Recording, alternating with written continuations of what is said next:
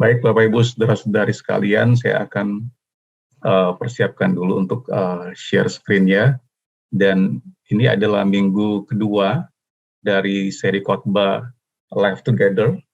Live Together suatu seri khotbah selama 3 minggu, tapi saya menjadikannya 4 minggu karena minggu lalu kita sudah memulai dengan foundational, memulai dengan dasar, dan 4 minggu ini diambil dari kitab Efesus ya.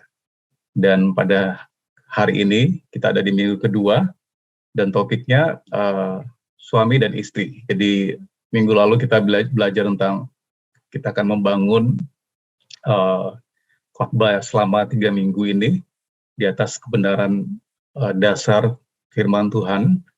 Dan minggu kedua ini akan berbicara tentang hubungan suami istri.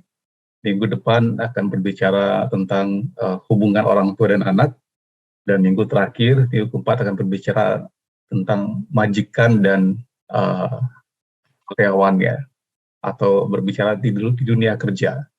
Bapak Ibu, saudara-saudara sekalian, sebelum saya memulai, saya mengucapkan Happy Father's Day, selamat Hari Ayah, Hari Bapa, Hari Papa bagi semua suami di sini, sebagai semua papa di sini, ayah, dan juga calon ayah, dan sungguh satu privilege ya, tanggung jawab juga kehormatan yang Tuhan berikan bagi saudara-saudari yang menjadi bapak, menjadi papa, menjadi ayah, karena tentu saja ada anugerahnya yang lebih besar daripada setiap hambatan yang tantangan yang kita alami dalam memimpin keluarga kita.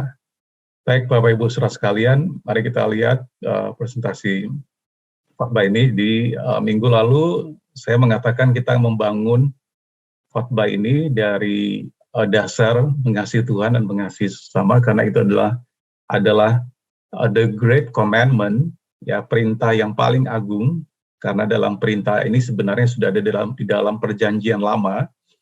Ketika Tuhan memberikan 10 perintah Allah, 2 batu kepada Musa, Tuhan mengatakan, "Kasihilah Tuhan Allahmu dengan segenap hati, dengan segenap akal budi, dan dengan segenap kekuatanmu." Dan perintah yang sama diulangi lagi di dalam perjanjian baru. Tuhan mengatakan, "Kasihilah Tuhan Allahmu dengan segenap hatimu, segenap jiwa, akal budi, dan kekuatanmu, dan kasihilah sesamamu seperti engkau mengasihi dirimu sendiri." Dan kita tahu, Bapak Ibu saudara-saudari sekalian, bahwa 10 perintah Allah itu ada 10 hukum. 4 hukum pertama mengarah kepada Tuhan di atas ya, garis vertikal. 6 hukum sisanya dari hukum kelima sampai hukum ke-10 itu berbicara tentang garis horizontal, berbicara tentang hubungan antara sesama, hormati orang tua, kemudian jangan berzina, jangan membunuh, jangan mencuri, jangan bersaksi dusta, jangan menginginkan. Itu mengatur hubungan kita dengan sesama.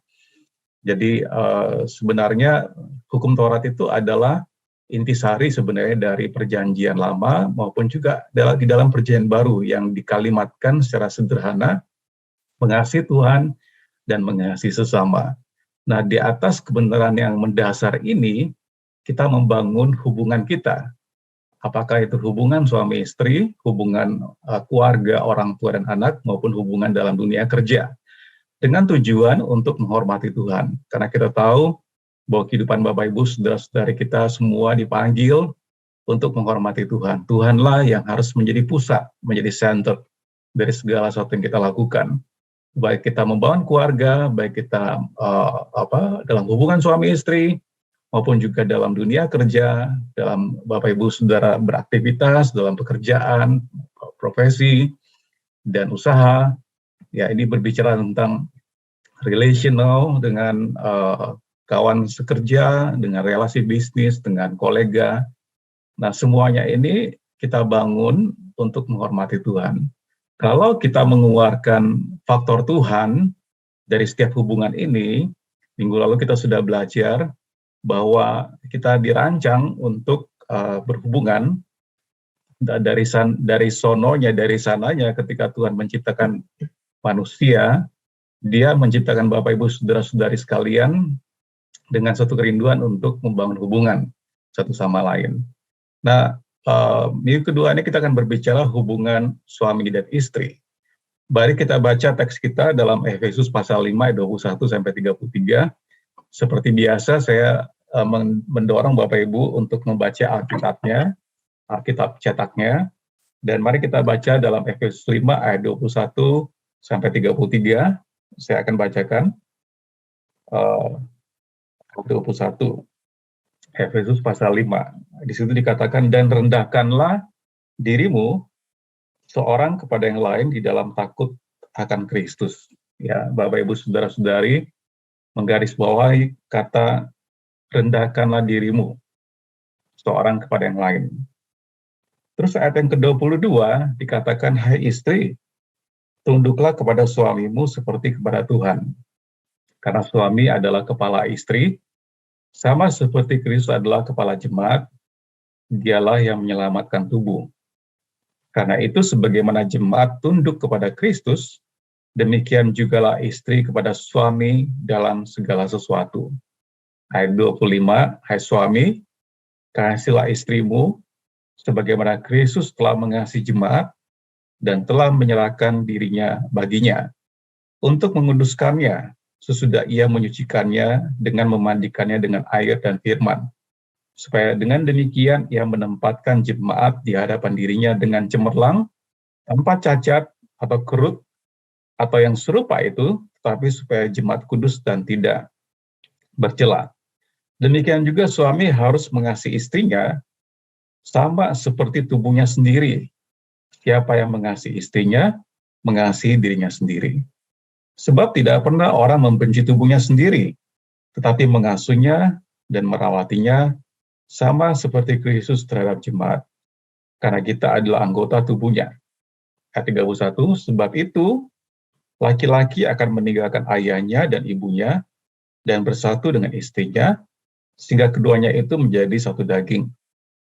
Rahasia ini besar, tetapi yang aku maksudkan ialah hubungan Kristus dan jemaat. Bagaimanapun juga bagi kamu masing-masing berlaku, kasihilah istrimu seperti dirimu sendiri, dan istri hendaklah menghormati suaminya. Bapak Ibu, saudara-saudari sekalian, biasanya ini firman saya khotbahkan setiap kali pemberkatan pernikahan. Tapi hari ini kita akan melihat firman ini kembali untuk mengingatkan kita bahwa hubungan suami istri yang kita bangun tanpa Tuhan, tanpa Kristus, maka hubungan itu akan sia-sia. Dalam satu buku yang ditulis oleh Dr. Stephen Tong,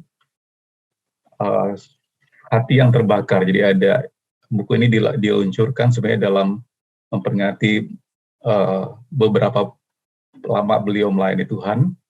Ada 6 buku tebal-tebal ya, dan ini volume yang ketiga. Saya mengambil kutipannya. Pada waktu seorang psikolog ditanya, apakah krisis yang terbesar pada abad ke-20 ini? Ia menjawab, krisis terbesar yang dihadapi manusia bukanlah bom atom, bukan bom hidrogen, bukanlah perang nuklir. Krisis terbesar yang dihadapi manusia sekarang ialah cinta sejati yang meninggalkan keluarga. Nah, tentu saja Bapak Ibu Saudara sekalian, kebenaran ini tetap sama meskipun kita sudah masuk ke abad 21 ya. Yang dihadapi manusia pada hari ini, sekarang ini, bukan hanya masalah pandemi secara global, tetapi juga yang paling mematikan sebenarnya adalah krisis yang terjadi di dalam keluarga. Cinta yang sejati meninggalkan keluarga. Cinta suami kepada istrinya, cinta sejati istri kepada suaminya, cinta sejati orang tua kepada anaknya, dan cinta sejati anak kepada orang tuanya. Inilah yang terjadi, tragedi yang terjadi yang terbesar dari sejak di Taman Eden sampai hari ini. Manusia dengan segala kecanggihannya, dengan segala kemajuan teknologi, tetapi masalahnya tetap sama, masalah keluarga. Ya, kita tahu pembunuhan pertama terjadi di Taman Eden, Kain membunuh Abel. Dan minggu lalu, Bapak Ibu yang tidak mengikuti bisa mengakses di kanal YouTube Evangelization Jogja, saya mengatakan bahwa kalau Tuhan dikeluarkan dari hubungan, karena hanya demi hubungan tanpa Tuhan, maka hubungan itu akan menghancurkan. Ya, kita sudah belajar dari kehidupan Adam dan Hawa, mereka sudah jatuh dalam dosa, tapi mereka tidak bertobat. Ya, mereka kemudian bahkan independen, mereka merasa bahwa mereka bisa hidup tanpa Tuhan. Ya, Bapak Ibu, saya tidak mengulang di sini, yang tidak bisa mengikuti, sekali lagi Bapak Ibu bisa mengakses di tayangan yang minggu lalu. Kita bisa melihat di sini bahwa kalau Tuhan dikeluarkan dalam hubungan apapun, apakah hubungan suami istri, apakah hubungan orang tua dan anak, anak dan orang tua, dan hubungan pertemanan kita dengan relasi dengan kolega dalam dunia marketplace atau dunia kerja, semua hubungan itu pasti akan menyisakan kesakitan, pahit hati, dan kehancuran. Pastor Joy Bonifacio, pastor gereja kita yang ada di FV Nation di Singapura, beliau mengatakan dalam bukunya Lego Principle, dia mengatakan bahwa dari awal Allah merancang kehidupan bukan saja agar kita dapat menikmatinya bersama Dia, melainkan juga agar kita dapat menikmatinya bersama satu sama lain. Kita diciptakan untuk saling menikmati, kita diciptakan dengan kecenderungan untuk menjalin hubungan. Bapak Ibu, saudara-saudari sekalian, dari sejak pertama ketika Tuhan menciptakan Adam, belum ada Hawa, Tuhan berfirman kepada manusia pertama Adam, Tuhan mengatakan tidak baik jika manusia itu seorang diri saja. Oleh sebab itu Tuhan menciptakan Hawa, diambil dari rusuknya Adam, dan kemudian mereka melahirkan anak-anak, dan peradaban umat manusia dimulai. Sejak semula, Tuhan mengatakan tidak baik jika manusia itu seorang diri saja. Dalam kerinduan kita, Bapak Ibu, saudara-saudari sekalian, dalam hati kita, kita menginginkan hubungan, ya, hubungan pertemanan, hubungan dalam keluarga, hubungan dengan lawan jenis, dan kemudian kita membangun keluarga. Tetapi sekali lagi, kalau hanya demi hubungan, ya, dan faktor Tuhannya dikeluarkan, maka yang disisakan adalah kehancuran, sakit hati, kepahitan, kekecewaan, luka yang berkepanjangan, luka batin. Ya, karena sejak pertama Tuhan merancang kita, yang pertama tadi saya sudah katakan, hukum Taurat itu 1, 2, 3, 4 itu mengarah kepada vertikal, mengarah kepada Tuhan. Dan hukum kelima, 6, 7, 8, 9, 10 itu mengarah ke horizontal sesama. Kita dirancang dari sejak awal untuk berhubungan satu sama lain. Nah, dalam konteks hubungan suami istri, firman Tuhan yang tadi Bapak Ibu saudara-saudari baca, memberikan arahan, memberikan panduan yang sangat jelas dan sederhana. Ya, di situ dikatakan, rendahkanlah dirimu seorang kepada yang lain dalam takut akan Kristus. Jadi sebenarnya tunduk dan mengasihi, istri dipanggil untuk tunduk kepada suami, dan suami dipanggil untuk mengasihi istri. Ini sesuatu yang resiprokal, ya, sesuatu yang saling. Jadi nggak ada yang lebih dahulu. Maksudnya begini, ketika seorang istri tunduk kepada suami, maka suami akan mengasihi istrinya. Demikian juga ketika seorang suami mengasihi istrinya, maka istrinya akan tunduk kepada suaminya. Tadi malam, Bapak Ibu saudara-saudari sekalian yang ikut webinarnya Pastor Carlo dan Sandra Ratila, salah satu gembala FV Nation ada di Filipina, mereka berdua ini dekat sama kami di Indonesia, karena beliau pernah tinggal dan melayani di Surabaya bersama-sama Pastor Benny, dan juga pernah datang ke Jogja 4 atau 5 hari, ya. Kita pernah bersama-sama dengan beliau. Dan tadi malam beliau mengatakan hubungan suami istri itu sama seperti jalur jalan yang bukan satu arah, ya, bukan one way, ya. Bukan jalan satu arah, tapi jalan bolak-balik, 2 arah. Ya, rata-rata jalan di Indonesia 2 arah, ya. Artinya sisi kiri untuk mobil yang sebelah atau kendaraan sebelah kiri, sisi kanan untuk dari lawannya, dari depan. Ya. Nah, demikian juga hubungan pernikahan dianalogikan sama seperti jalan dua arah. Ya. Yang tadi saya sebutkan dengan resiprokal, ya, saling. Ketika istri tunduk kepada suami, maka suami akan mengasihi istrinya. Nah, kita bisa mengganti kalimat ini jadi negatif, ya. Ketika seorang istri tidak tunduk kepada suaminya, maka suaminya juga tidak bisa mengasihi istrinya. Dan di sisi yang lain, ketika suami tidak mengasihi istrinya, bagaimana mungkin juga istri bisa tunduk dan menghormati suaminya. Nah, Bapak Ibu Saudara sekalian, ini yang biasa saya maksudkan, yang dimaksudkan oleh Pastor Carlo dan Sandra Ratila tadi malam, ini jalan dua arah. Ya, ini resiprokal, ini saling. Ya, jadi bukan dituntut salah satunya duluan, ya, tapi sama-sama. Ya. Dan di ayat 21 di sini dikatakan rendahkanlah dirimu seorang kepada yang lain. Jadi saling merendahkan. Bukan suami merendahkan istri terlebih dahulu karena dia kepala, ya, dan suami menuntut untuk istrinya tunduk terlebih dahulu. Karena penghormatan bagi seorang suami, hari ini kita merayakan Father's Day, ya. Hari ayah, hari bapak secara internasional. Kalau di Indonesia nggak ada hari bapak, ya. Yang ada cuma hari ibu, 22 Desember. Ya, tapi hari ayah secara internasional pada hari ini, persis hari ini, dan kita tahu bahwa penghormatan yang diterima oleh seorang suami itu bukan dituntut dari suaminya, dari istrinya, maaf. Jadi maksudnya begini, seorang suami tidak bisa mengatakan, "Hei istri, kamu tunduk ya kepada saya, kamu hormat ya kepada saya, karena saya suami." Tapi Bapak Ibu Saudara sekalian, istri bisa tunduk dan menghormati suaminya karena kepemimpinan yang memberikan teladan, kepemimpinan yang mengasihi, kepemimpinan yang menjadi contoh.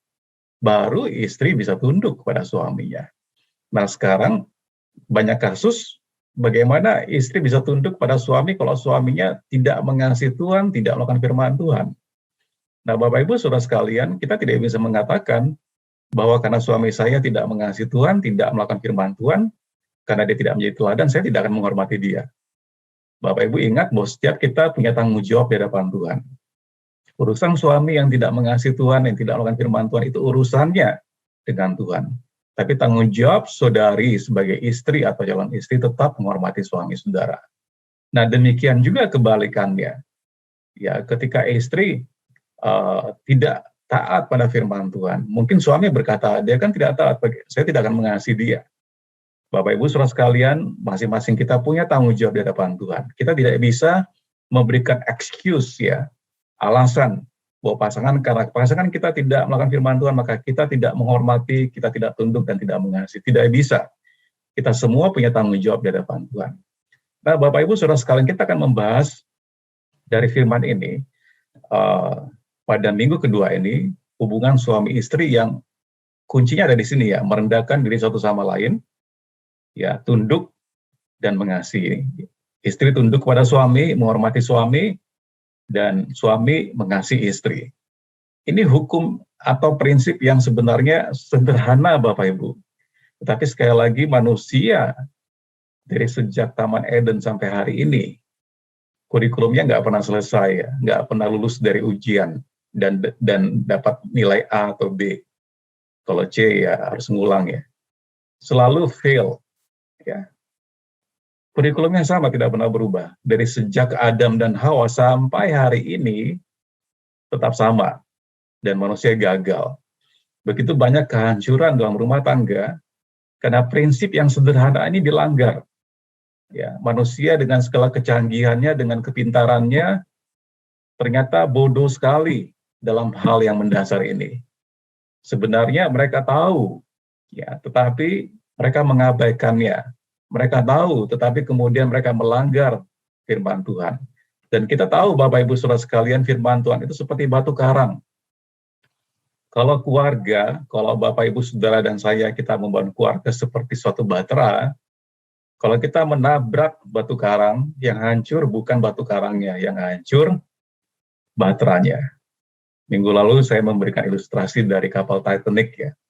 yang dibangun pada era revolusi industri di Inggris, dan mereka mengklaim bahwa kapal ini tidak bisa tenggelam. Dalam perjalanannya ke Amerika melewati lautan Atlantik, kapal ini menabrak bongkahan es batu dan hitungan nggak sampai 1 jam ada di dasar laut Atlantik. Bapak Ibu saudara sekalian, dengan segala alasan yang kita bisa buat, ya, dengan segala kemajuan teknologi dan kemajuan peradaban umat manusia, kalau kita melanggar hal yang sederhana ini, yang hancur kita, yang hancur keluarga kita. Suami dan istri saling menyakiti, suami dan istri saling sakit hati, saling kecewa, orang tua anak saling sakit hati, kecewa, kepahitan, bitter, marah, ya, dan banyak sekali rentetan akibat ketika firman yang sangat mendasar ini dilanggar. Nah, kalau Bapak Ibu perhatikan surat-surat Rasul Paulus, apakah di Roma maupun ini di Efesus, ya, selalu terbagi dua, ya. Rasul Paulus terbagi dua. Bagian pertama dia biasanya membicarakan masalah doktrinal, ya, teologi. Tapi bagian selanjutnya itu dia memberikan praktikalnya, praktek atau aplikasinya. Nah, demikian juga dalam kitab Efesus ini, separuh bagian pertama surat Paulus kepada jemaat di Efesus menguraikan arti Injil. Ya. Dalam separuh bagian kedua suratnya, ia menjelaskan bahwa Injil ini dan hubungan kita dengan Kristus harus terlihat nyata dalam setiap area kehidupan kita. Hal ini mencakup setiap hubungan kita. Kita dapat hidup di dalam kasih, kita hidup bisa dalam kesatuan, kita bisa hidup dalam damai sejahtera satu sama lain karena kasih Allah yang besar kepada kita dan identitas kita. Bahwa Bapak, Ibu, Saudara-saudari, dan saya, kita ada di dalam Tuhan, kita adalah milik Tuhan, kita adalah orang Kristen, kita pengikut Kristus. Kita dipanggil orang Kristen sebagai pengikutnya, identitas kita adalah kita pengikut Kristus. Ini yang membuat kita bisa hidup bersatu, ini yang bisa membuat kita hidup saling mengasihi, ini yang bisa membuat kita memiliki damai sejahtera, apakah itu di dalam hubungan suami istri, di dalam hubungan keluarga, orang tua, anak, dan anak orang tua, dan juga dalam hubungan di dunia kerja atau di marketplace. Nah, dalam pelajaran ini, dalam minggu kedua ini, kita akan secara spesifik membahas pernikahan, hubungan ikat janji antara laki-laki dan perempuan. Ya, pernikahan yang alkitabiah dilandasi oleh kasih Kristus bagi jemaat. Kasih ini memampukan kita untuk memancarkan kasihnya di dalam kehidupan, pernikahan, dan hubungan kita. Jadi sekali lagi Bapak Ibu, karena ada Tuhan, maka hubungan suami istri itu akan berhasil. Karena ada Tuhan, maka seharusnya dalam keluarga itu akan berhasil dalam membangun keluarganya. Karena ada Tuhan, maka dalam hubungan yang kita bangun dengan pertemanan, kolega, relasi, family, ya, itu akan berhasil. Tapi kalau kita mengeluarkan faktor Tuhan, ya, maka yang terjadi adalah kehancuran. Poin yang pertama, kita merendahkan diri satu sama lain sebagai suatu penghormatan kepada Kristus. Masih ingat yang tadi firman tadi, ya, saya mundur sebentar untuk mengingatkan Bapak Ibu, di situ dikatakan ayat 21, rendahkanlah dirimu seorang kepada yang lain dalam takut akan Kristus. Jadi, karena kita punya takut akan Tuhan, karena kita menghormati Tuhan, kita mau merendahkan diri kita satu sama lain. Makanya penting sekali, ya, Bapak Ibu, saudara-saudari sekalian, terutama saudara-saudari yang belum menikah, yang mau membangun pernikahan saudara, make sure, pastikan hidupmu ada di dalam Tuhan, dan hidup calon pasanganmu juga di dalam Tuhan. Pastikan orang yang saudara mau nikahi itu adalah orang yang takut akan Tuhan, orang yang sudah bertobat lahir baru, orang yang ada dalam gereja lokal, orang yang digembalakan, orang yang ada orang dalam kehidupan dia yang bisa berbicara dalam kehidupannya. Karena kalau tidak ada orang yang bisa berbicara dalam kehidupan seseorang, dia akan tunduk kepada siapa? Ya, ketika dia membangun keluarga, lalu pertengkaran terjadi, kalau tidak ada orang yang bisa mereka dengarkan nasihat dan melakukan nasihatnya, maka pernikahan itu ada dalam bahaya sebenarnya. Karena sudah tidak ada yang ditakuti, sudah tidak ada yang dihormati, sudah tidak ada yang bisa didengarkan. Karena begitu suami istri membangun keluarga, ya, mereka menjadi satu entitas unit keluarga yang baru, setara dengan papa mamanya, setara dengan papa mertua ibu mertuanya. Anak suami dan istri yang menjadi anak sebelumnya tidak lagi di bawah payung otoritas orang tuanya. Mereka sudah keluar dari pengaruh otoritas orang tuanya dan membangun satu keluarga yang setara, sama derajatnya. Jadi di sini seorang suami, seorang istri bisa punya pilihan untuk mendengarkan atau tidak mendengarkan orang tuanya atau mertuanya, karena dia bertanggung jawab untuk keluarganya sendiri. Nah, masalahnya kalau tidak ada orang yang bisa berbicara dalam kehidupan pernikahan ini, ketika ada masalah, siapa yang bisa bicara? Kalau mereka tidak punya orang yang dihormati dan mau didengarkan. Tetapi kebenarannya kalau ada orang yang mau dihormati dan didengarkan waktu mereka membangun keluarga, ada masalah, ya, mereka dinasihatkan, dinasihati, mereka masih mau mendengarkan. Dan inilah Bapak Ibu Saudara sekalian, bagaimana Tuhan menaruh Bapak Ibu Saudara-saudari dan saya dalam satu komunitas. Kita tidak bisa hidup sendirian. Laki-laki tidak bisa hidup sendirian, wanita tidak bisa hidup sendirian. Keluarga juga tidak bisa hidup sendirian, sendiri-sendiri. Keluarga juga ada dalam keluarga-keluarga yang lain. Ada dalam satu komunitas di mana kita bisa saling menjaga, menegur, menasihati, mendorong, mendoakan. Harus ada orang yang bisa kita dengarkan nasihatnya. Ya. Nah, disinilah rendahkan diri seorang dengan yang lain, suami dan istri saling merendahkan diri karena ada faktor Tuhannya dalam takut akan Kristus. Ya. Nah, poin pertama tadi mengatakan bahwa kita merendahkan diri satu sama lain sebagai suatu penghormatan kepada Kristus. Nah, masalahnya sekali lagi kalau saya berbicara khususnya ya kepada yang belum menikah. Kalau calonmu itu tidak takut akan Tuhan, siapa yang dia takuti dalam hidup ini? Ya, ketika dia tidak setia kepada saudari, ketika dia melakukan abuse, tindak kekerasan, siapa yang bisa menolong melindungi saudara-saudari?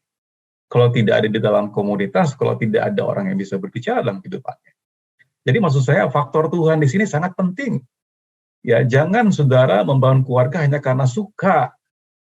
Ya, saya cinta dia karena saya suka sama dia, karena dia ganteng, karena dia cantik, karena dia pintar, karena dia kaya, karena dia populer, terkenal. Bapak Ibu, saudara-saudari sekalian, kalau itu faktornya saudara membangun keluarga, betapa rapuhnya, ya, betapa rapuh ya dasarnya.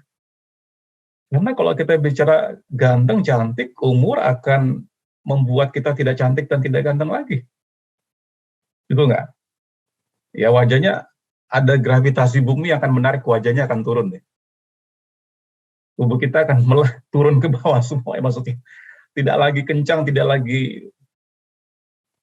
Kalau masalah ganteng dan cantik, kalau masalah kaya, ada orang yang lebih kaya. Kalau masalah pintar, ada orang yang lebih pintar, lebih terhormat, lebih populer. Jadi maksud saya, kalau itu dasarnya dalam bangun keluarga, betapa rapuhnya. Ya, harusnya Tuhanlah yang menjadi dasar dalam kita membangun keluarga. Dalam Efesus 5 ayat 20-21 dikatakan, ucaplah syukur senantiasa atas segala sesuatu dalam nama Tuhan kita Yesus Kristus kepada Allah dan Bapa kita, dan rendahkanlah dirimu seorang kepada yang lain dalam takut akan Kristus. Rasul Paulus menulis bahwa setiap hubungan yang kita jalani sepatutnya memperlihatkan kerendahan hati, penghormatan, ya, dan kasih. Karena kita mengetahui siapa sesungguhnya Kristus itu dan apa yang sudah dia perbuat bagi kita. Menundukkan diri satu sama lain berarti mengalah, berarti memberikan kesempatan, memberikan jalan, dan menghormati. Dengar baik-baik ya, saudara-saudari ya.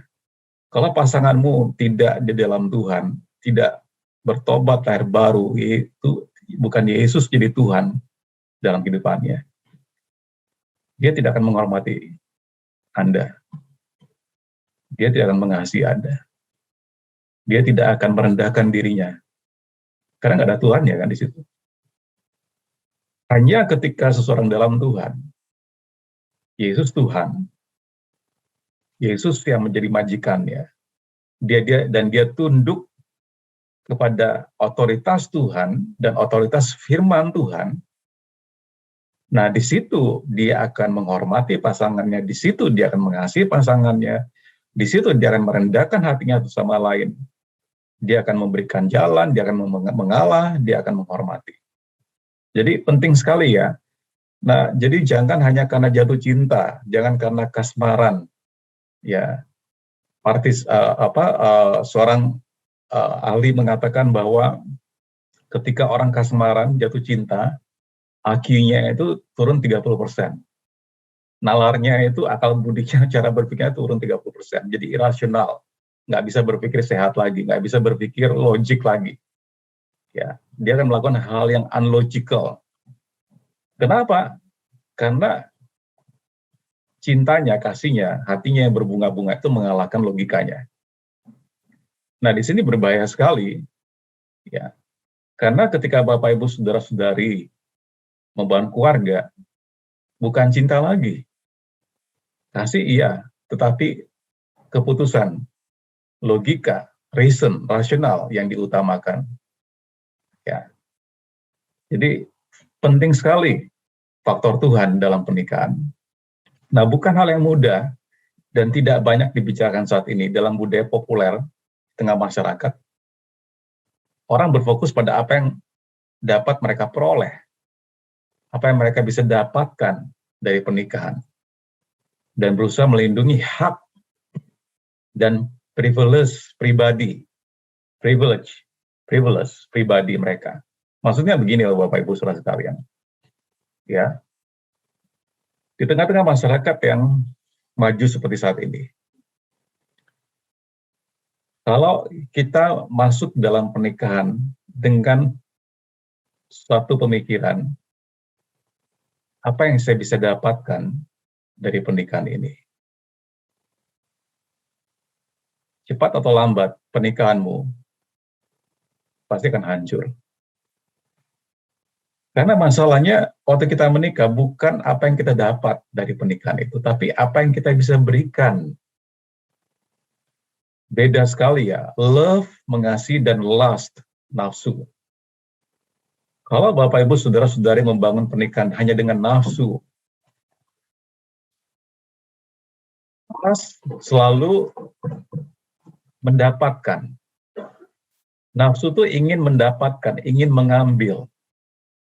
Tapi kasih selalu memberi. Jadi, kalau saudara-saudari masuk dalam pernikahan dengan motif, oh nanti kalau saya menikah, saya tidak akan kesepian. Oh nanti kalau saya menikah, saya akan dapat ini, saya akan punya ini, saya akan seperti ini. Ya tentu saja kita harus punya harapan, impian, cita-cita. Tapi Bapak Ibu Saudara sekalian, kita harus ingat bahwa kita menikah, kita memberi diri kita, keberadaan kita, memberi hati kita, waktu kita, pikiran kita, sumber daya yang kita miliki, bukan mengambil. Lust atau nafsu mengambil, tapi kasih yang didasarkan pada hubungan kita dengan Kristus, itu kita memberi. Nah, dan era sekarang, hak dan privilege ya, pribadi, suami atau istri, itu kan hak saya. Sekarang kayaknya dalam hubungan pernikahan itu urusan gue sendiri itu juga ada dalam pernikahan. Tidak bisa lagi Bapak Ibu Saudara sekalian seperti itu. Semua hak kita, keberadaan kita, kita berikan kepada pasangan kita. Tidak ada hal yang rahasia, tidak ada yang tersembunyi. Seringkali suami istri itu nggak boleh ya lihat handphonenya. Suami nggak boleh lihat handphone, istrinya dikasih lock, dikasih kunci gitu kan. Sebaliknya juga istri nggak bisa lihat handphone suaminya, dikasih kunci, dikasih lock. Bapak Ibu, menurut saya sudah transparan lah. Ya, tidak ada yang disembunyikan lagi. Ya, bagi saya dan Yanti, istri saya, handphone itu kita bisa lihat. Kadang-kadang saya balas WA-nya dia, pakai handphonenya dia. Kadang-kadang dia balas WA dari saya, pakai handphone saya. Jadi tidak ada yang tersembunyi, tidak ada yang bisa dirahasiakan gitu loh. Nah, sekarang ini ya, suami istri punya rahasia sendiri-sendiri. Suami istri punya boundary sendiri-sendiri. Kamu jangan ganggu urusan saya. Urusan saya, urusan saya, urusanmu, urusanmu. Ya. Jadi lihat ya betapa susahnya maksudnya untuk merendahkan diri kita satu sama lain di era yang begitu egosentrik, begitu egosentris pada saat seperti ini. Akan tetapi Alkitab mengatakan bahwa kita harus merendahkan diri satu sama lain. Ini mengacu pada sikap rendah hati, melayani, dan mementingkan kebutuhan pasangan kita lebih daripada kepentingan kita. Sederhana Bapak Ibu Saudara sekalian, ini rumus yang sangat sederhana. One man, one woman, one marriage. Satu laki-laki, satu wanita, dan satu pernikahan. Tuhan tidak memanggil satu laki-laki dengan banyak wanita, atau satu wanita dengan banyak pria, atau satu wanita, satu pria dengan banyak pernikahan. Ini jadi tren di Amerika yang namanya poliamori. Poliamori itu pasangan-pasangan suami istri hidup dalam satu komunitas dan mereka boleh mereka bertukar pasangan. Jadi suaminya tidur dengan istri yang lain, istrinya tidur dengan suami yang lain dalam komunitas itu. Karena dikatakan ini bagus untuk mengajarkan tidak cemburu kepada pasangan kita ketika kita membangun hubungan dengan suami orang atau istri orang. Ini fatal Bapak Ibu Saudara sekalian. Ya, karena ini jelas-jelas melabrak firman Tuhan. Sederhana sekali, satu laki-laki, satu pria, satu pernikahan. Nggak bisa juga satu laki-laki dan satu laki-laki dan satu pernikahan. Nggak bisa juga satu perempuan, satu pernikahan. Nggak bisa. Satu laki-laki, satu perempuan, satu pernikahan. Karena ini ada di dalam Kejadian pasal 2 ayat 24. Yang tadi kita sudah baca. Kalau kita lihat Alkitab kita dalam Kejadian ayat 2 ayat 24, sejak pertama kali Tuhan menciptakan Adam dan Hawa, ini firman Tuhan. Kejadian 2 ayat 24. Sebab itu seorang laki-laki akan meninggalkan ayahnya. Satu laki-laki akan meninggalkan ayahnya dan ibunya dan bersatu dengan istrinya. Nya-nya di sini satu, ya. Sehingga keduanya menjadi satu daging, satu pernikahan. Ya. Nah, kalau ada firman Tuhan di dalam perjanjian lama kemudian diulang lagi dalam perjanjian baru, berarti firman itu penting sekali, Bapak Ibu Saudara sekalian. Tadi kita sudah bacakan Efesus tadi, diulang lagi firman-Nya. Ya, dalam Efesus 5 ayat 31 diulang lagi firman-Nya. Sebab itu laki-laki akan meninggalkan ayahnya dan ibunya dan bersatu dengan istrinya sehingga keduanya itu menjadi satu daging. One man, one woman, one marriage. Satu laki-laki, satu wanita, satu perempuan, satu pernikahan. Jangan ditabrak, jangan dikacaukan. Ya. Coba lihat Bapak Ibu Saudara sekalian. Coba sekarang kita perhatikan. Nggak usah jauh-jauh lah dalam lingkup keluarga dekat kita. Semakin sulit, semakin langka untuk melihat pernikahan yang harmonis. Betul ya? Kita lihat di kolega kita, relasi kita. Kita lihat kalau saudara-saudari yang belum menikah, coba lihat dalam kehidupan keluarga teman-temanmu, papa mamanya, orang tuanya. Bagi kita yang dalam hubungan bisnis di marketplace, coba lihat sahabat kita, kolega kita, rekan kita, relatif kita. Semakin susah loh, semakin sulit loh untuk melihat suatu hubungan dalam keluarga yang harmonis. Seorang suami mengasihi istri, istri menghormati suami, orang tua mengasihi anak, anak menghormati orang tuanya. Semakin sulit, semakin langka. Ya, sekali lagi manusia dengan segala kecanggihan dan kepintarannya berpikir bahwa mereka bisa lebih pintar dari Tuhan. Kenyataannya kebalikannya Bapak Ibu Saudara sekalian. Begitu banyak kehancuran, ya, anak-anak yang broken heart, anak-anak yang disakiti, anak-anak yang berusaha bunuh diri, hanya ketika melihat papa mamanya bertengkar, bercerai, punya selingkuhan, punya simpanan. Bapak Ibu, Saudara sekalian, manusia dengan segala kecanggihannya tidak bisa lebih pintar dari Tuhan dan firman-Nya. Sekali lagi, kalau firman-Nya yang ditabrak, batu karang yang ditabrak, yang hancur bukan firman-Nya. Tuhan Yesus mengatakan, langit dan bumi akan berlalu, tapi firman-Ku akan tinggal tetap. Seiota pun firman-Ku tidak akan ada yang digugurkan. Seiota suatu titik, firman-Ku akan digenapi. Jadi, kita bisa merendahkan diri kita satu sama lain dalam pernikahan. Kalau masing-masing punya fokus yang sama, Yesus Tuhan, bukan yang lainnya. Poin yang kedua, suami harus mengasihi istri mereka sesuai dengan teladan Kristus. Kembali Efesus tadi yang menjadi ayat referensi kita, hai suami, kasihilah istrimu sebagaimana Kristus telah mengasihi jemaat dan telah menyerahkan dirinya baginya. Para suami di sini dan calon suami, calon ayah dipanggil untuk mengasihi istri saudara. Ukurannya dengan standar Kristus mengasihi jemaatnya. Bagaimana Kristus mengasihi jemaatnya? Kristus mengasihi jemaatnya sampai mati di kayu salib. Di sini suami-suami dan calon suami belum mati untuk istrinya, betul ya? Di sini suami-suami dan calon suami belum mencucurkan darah untuk istrinya. Standarnya seperti Kristus mengasihi jemaatnya. Kristus mati di kayu salib. Jadi maksud saya begini loh, betapa egoisnya seorang suami. Kalau hanya kepentingannya sendiri, kemauannya sendiri. Ini suami yang tidak takut akan Tuhan, ya, akan egosentrik, dia nggak peduli bagaimana istrinya. Dia nggak peduli bagaimana keadaan istrinya. Yang dia mau cuman keinginannya, kemauannya, nafsunya. Ya, dia nggak peduli dengan anak-anaknya. Dia nggak berpikir panjang kalau dia selingkuh, kalau dia berzina, kalau dia berhubungan lain dengan wanita lain. Itu akan menghancurkan keluarganya. Dia nggak peduli. Ya, orang yang berbuat dosa itu selalu pikirannya pendek. Bukankah itu yang dikatakan Alkitab dalam kitab Yakobus? Ketika kebodohanmu menguasai engkau berbuat dosa. Ya.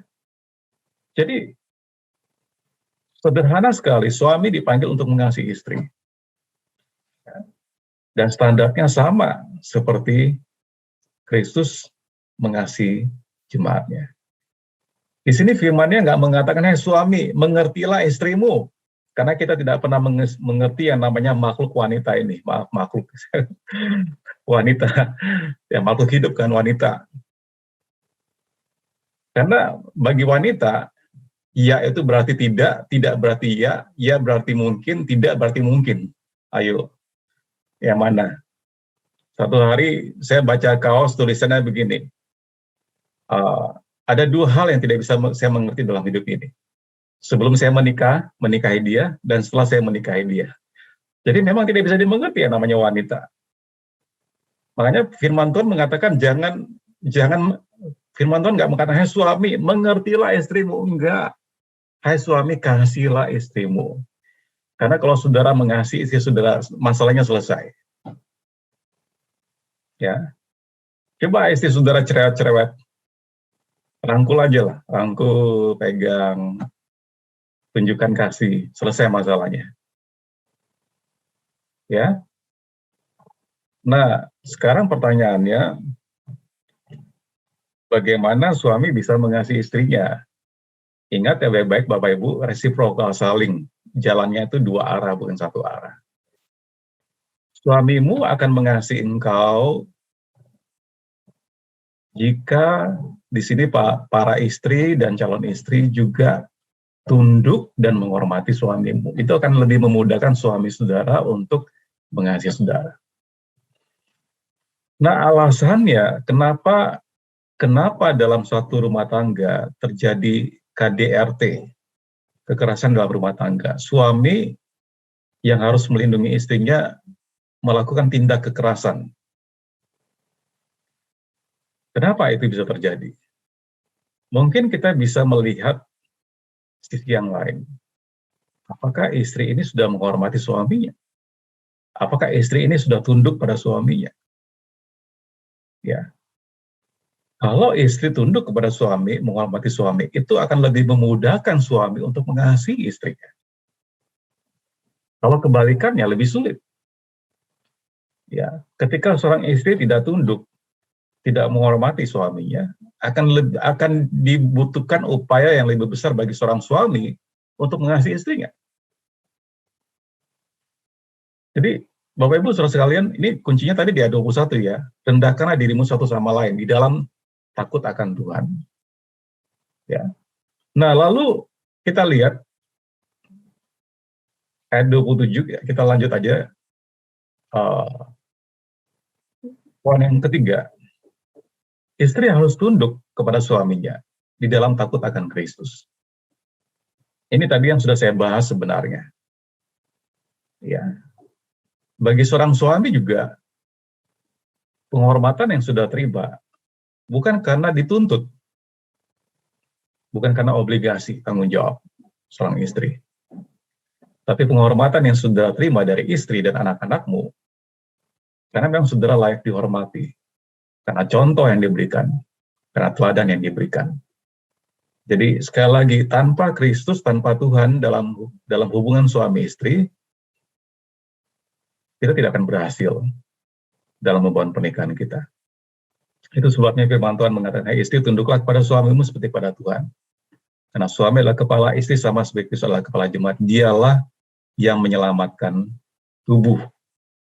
Karena itu sebagaimana tunduk pada Kristus, demikian juga istri juga kepada suami dalam segala sesuatu. Apakah ini berarti istri tidak boleh berbicara? Tentu saja istri boleh berbicara dan menyatakan pendapatnya. Tapi keputusan akhir diambil oleh kepala keluarga, oleh suami. Nah, perhatikan Bapak Ibu Saudara sekalian, kita ini hidup di zaman yang berbeda sekali pada hari ini. Karena kalau dulu ya, yang menjadi penyedia di dalam rumah tangga itu biasanya suami. Tapi hari-hari ini kita bisa melihat istri yang bekerja dan menjadi provider, penyedia di dalam keluarganya. Terbalik ya. Nah, atau mungkin suami bisa bekerja, tapi income istrinya jauh lebih besar daripada income suaminya. Nah, keadaan hari ini, Bapak Ibu Saudara sekalian, membuat kita semakin sulit untuk melakukan firman Tuhan. Karena gampang ya untuk tunduk kepada suami, menghormati suami, kalau suami itu menjadi penyedia, mencukupkan kehidupan keluarga, bawa pulang uang ke rumah, nggak kekurangan, maka istri bisa gampang untuk menghormati tunduk pada suami. Tapi kenyataannya tidak selalu demikian. Istrilah yang bekerja, istrilah yang menjadi penyedia, atau istrilah punya income lebih besar daripada suaminya.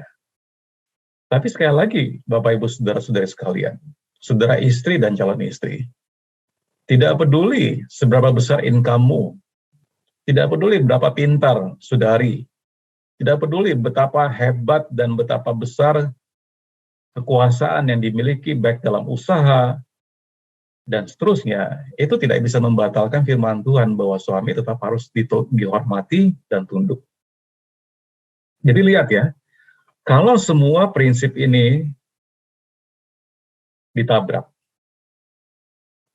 ya sekali lagi yang hancur rumah tangganya. Istri menolong suaminya mencapai tujuan Allah bagi keluarga mereka. Namun jika keputusan suaminya berdosa, seorang istri tidak wajib menaatinya.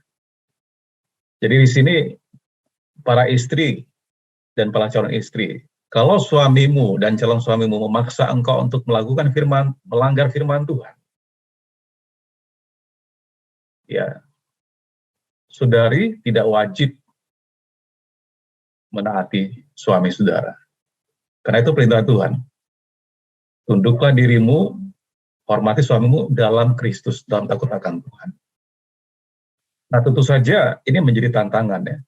Tetapi kita melihat suatu situasi yang sulit bisa terjadi. Maksud saya, ketika seorang istri tidak bisa menghormati lagi suaminya, tapi istri tetap menghormati suaminya, saya yakin di situ ada anugerah Tuhan yang menyelamatkan pernikahan itu. Demikian juga sebaliknya. Seorang suami yang mengasihi istrinya meskipun sudah tidak ada alasan bagi suami untuk mengasihi istrinya. Kita lihat contoh dalam perjanjian lama ya, Hosea. Nabi Hosea, Tuhan suruh Hosea itu menikah dengan pelacur untuk menggambarkan hubungan Tuhan dengan bangsa Israel pada waktu itu. Hosea mengasihi pelacur ini, dinikahi baik-baik, kemudian istrinya pergi lagi melacurkan diri. Dan Tuhan memanggil Hosea tetap mengasihi istrinya. Ini adalah gambaran Tuhan dengan jemaatnya. Bapak Ibu Saudara sekalian, selalu tersedia anugerah Tuhan ketika kita melakukan firman-Nya. Pertanyaan terakhir yang menjadi refleksi bagi kita semua, apakah pernikahan saudara-saudari berpusat pada Kristus? Apakah Yesus Tuhan yang menjadi center, menjadi pusat dari pernikahan kita? Atau yang lainnya? Yang lainnya itu bisa karir, yang lainnya itu bisa profesi, yang lainnya itu bisa harta, yang lainnya itu bisa popularitas, yang lainnya itu bisa karir, apa saja yang kita lebihkan, lebih utamakan dari Tuhan. Tapi ingat baik-baik, suatu kita mengeluarkan faktor Tuhan dalam keluarga kita, spesifiknya dalam hubungan suami istri, kita akan melihat kehancuran terjadi. Bapak Ibu saudara-saudari sekalian, kita tidak perlu belajar dari kesalahan yang kita buat sendiri. Pastor Steve Murrell mengatakan lebih baik kalau kita belajar dari kesalahan orang lain daripada kita belajar dari kesalahan sendiri. Memang pengalaman adalah guru yang terbaik bagi kita, betul ya, peribahasa. Pengalaman adalah guru yang terbaik. Tetapi Bapak Ibu saudara sekalian, lebih baik lagi kalau kita bisa belajar dari kehidupan orang-orang lain. Coba kita refleksi ketika kenapa mereka gagal dalam pernikahan mereka. Kenapa mereka gagal dalam hubungan keluarga mereka. Dan kita bisa menarik kesimpulan. Dan sekali lagi, tanpa Tuhan dalam kehidupan kita, maka yang dihasilkan hanyalah kehancuran belaka. Saya berdoa, Bapak Ibu Saudara-saudara sekalian, kita sudah belajar kebenaran firman Tuhan. Dan mari kita merendahkan hati kita, pikiran kita dalam takut akan Tuhan, supaya apa yang kita bangun, keluarga kita, pernikahan kita, itu lasting. Sama seperti janji ketika diberkati sampai maut memisahkan satu sama lain. Sampai ketika Tuhan Yesus datang kedua kali. Kita tetap ada dalam pernikahan kita, kita tetap ada dalam keluarga kita. Kita berdoa. Tuhan Yesus sama berdoa untuk setiap jemaat-Mu yang mendengarkan firman-Mu pada pagi hari ini. Berkati setiap jemaat-Mu Tuhan, dan biar kami menjadikan Yesus Kristus Tuhan dalam kehidupan kami, baik secara pribadi maupun dalam pernikahan kami, dan dalam keluarga kami, dan juga dalam dunia kerja kami. Ketika Engkau hadir dalam pernikahan kami, ketika Engkau hadir di dalam keluarga kami, di dalam dunia kerja kami, maka Engkau sanggup merubah segala sesuatu yang tidak benar, yang salah, yang rusak, yang broken, menjadi utuh kembali, menjadi benar kembali. Karena Engkau adalah Redeemer, penebus, memperbaiki yang salah menjadi benar, menebus yang rusak menjadi baik kembali. Tuhan, kami punya harapan di dalam Engkau dan tidak ada kata terlambat. Selalu tersedia anugerah-Mu ketika kami mau melakukan firman-Mu dan membangun pernikahan kami di dalam kebenaran firman, di atas kebenaran firman. Dan kami akan menghormati Engkau, memuliakan Engkau dalam kehidupan kami. Dan banyak orang lain lagi, keluarga lain, orang lain yang diberkati Tuhan, diselamatkan melalui teladan hubungan suami istri yang kami miliki, melalui teladan keluarga kami. Dengan nama-Mu dipermuliakan. Terima kasih Tuhan Yesus, saya berdoa, mengucap syukur dalam nama-Mu. Dan setiap yang percaya mengatakan amin. Tuhan berkati Bapak Ibu saudara-saudari sekalian.